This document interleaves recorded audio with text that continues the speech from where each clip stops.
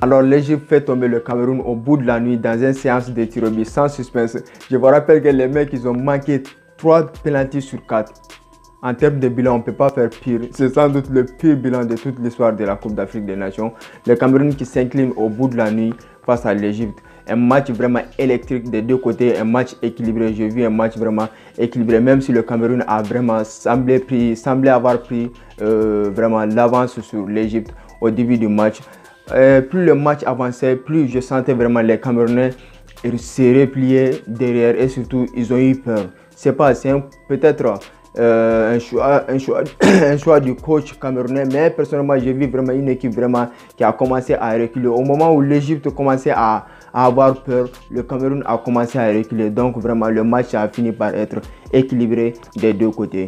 L'Égypte, comme à son habitude, vraiment pauvre dans le jeu, dans l'ensemble depuis le début de cette Coupe d'Afrique des Nations. L'Égypte ne nous a rien démontré en termes de jeu collectif. S'ils ont réussi à se qualifier jusqu'en finale, personnellement, moi ça m'a surpris, mais c'est une qualification méritée parce que quand on voit vraiment le niveau des équipes lors de cette Coupe d'Afrique des Nations, vraiment l'Égypte, ils ont réussi une qualification vraiment superbe, surtout méritée de la part des hommes de Carlos. Un Carlos, le coach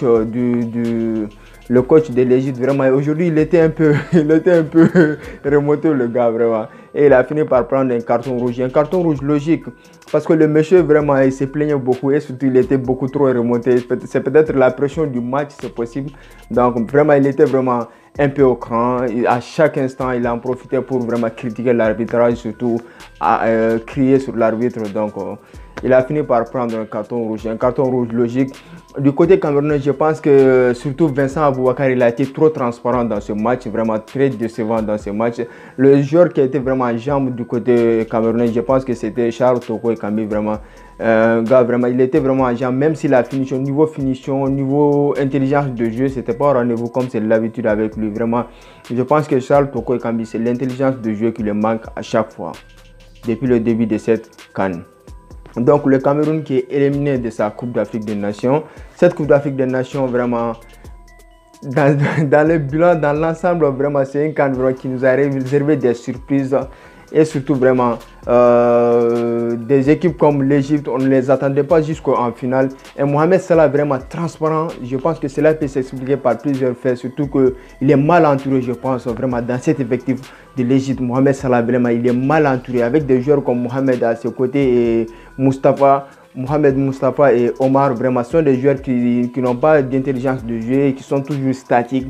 Et Mohamed Salah, il a besoin de joueurs très rapides, des joueurs comme Sadio Mané à Liverpool. On le voit vraiment, leur combinaison, on sent que vraiment il y a l'harmonie ensemble, ils se comprennent. Donc, ça manque de fluidité dans le jeu égyptien. Donc, c'est ce qui vraiment empêche Mohamed Salah de briller, je pense. Donc, on espère que le coach Carlos va changer ça lors du final face au Sénégal. Égypte-Sénégal en finale de la Coupe d'Afrique des Nations, édition 2021, un match qui s'annonce chaud bouillant les amis. Personnellement, j'ai vraiment hâte de voir le résultat de ce match. Le Cameroun éliminé, la déception est là, mais félicitations au peuple camerounais qui nous ont vraiment fait vibrer tout le long de cette Coupe d'Afrique des Nations. Donc les amis, c'est tout pour cette petite vidéo. Si la vidéo vous a plu, vous savez ce qu'il vous reste à faire. On se retrouve bientôt pour d'autres vidéos.